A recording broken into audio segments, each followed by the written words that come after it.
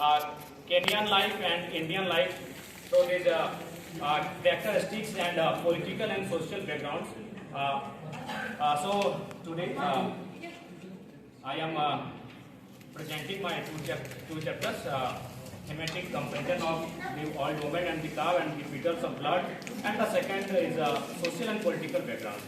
Thank you. Yes, sir. I have submitted 4 chapters before this, and today I am submitting my. So much of time. Let them know one thing. If I am not interfering, please, by the permission of the chairperson. Yes, go on. You all are hearing him. Are you not? Yes. Hope you are all hearing.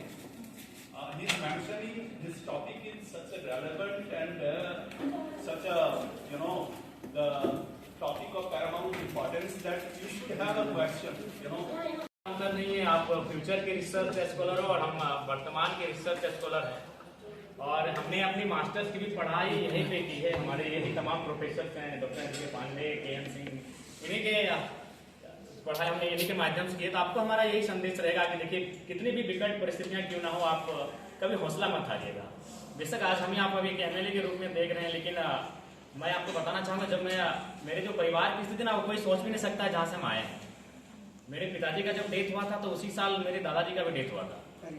जब उस समय मेरी माँ की उम्र मात्र 28 थी, और 28 थी, और उसके बाद ट्रेजेडी क्या थी कि मेरा छोटा भाई माँ की प्रेगनेंसी में था, वो दुनिया में आया ही नहीं था।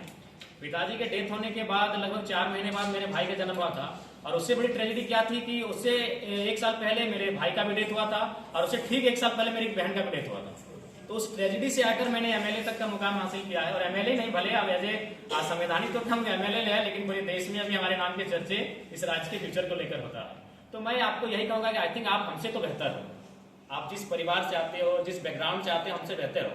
28 साल की उम्र में मेरी माँ ने विडो होने के बाद उस परिवार को संभाला था, और लगभग 20 साल मेरे परिवार में एक ऐसा टाइम था ना, मेरे जूनियर्स की, उसमें कोई पुरुष गार्जियन नहीं था, एक महिला गार्जियन थी। इसलिए कि उस समय भले मेरे चाचा थे, लेकिन उनकी दोनों आंखें नहीं थी।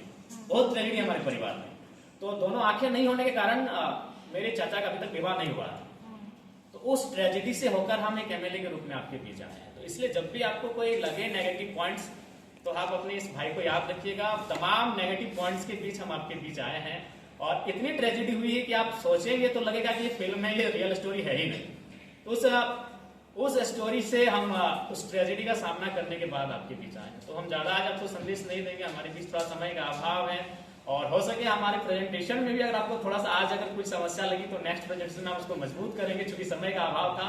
और हम आपको यही संदेश देंगे कि जिन सपनों को देखते हैं उन्हें पूरा करने के लिए जी तोड़ मेहनत करें। बहुत बड़े से बड़े सपने पूरे होते हैं, आपके बीच हम एक एग्जाम्पल के तौर पर करें।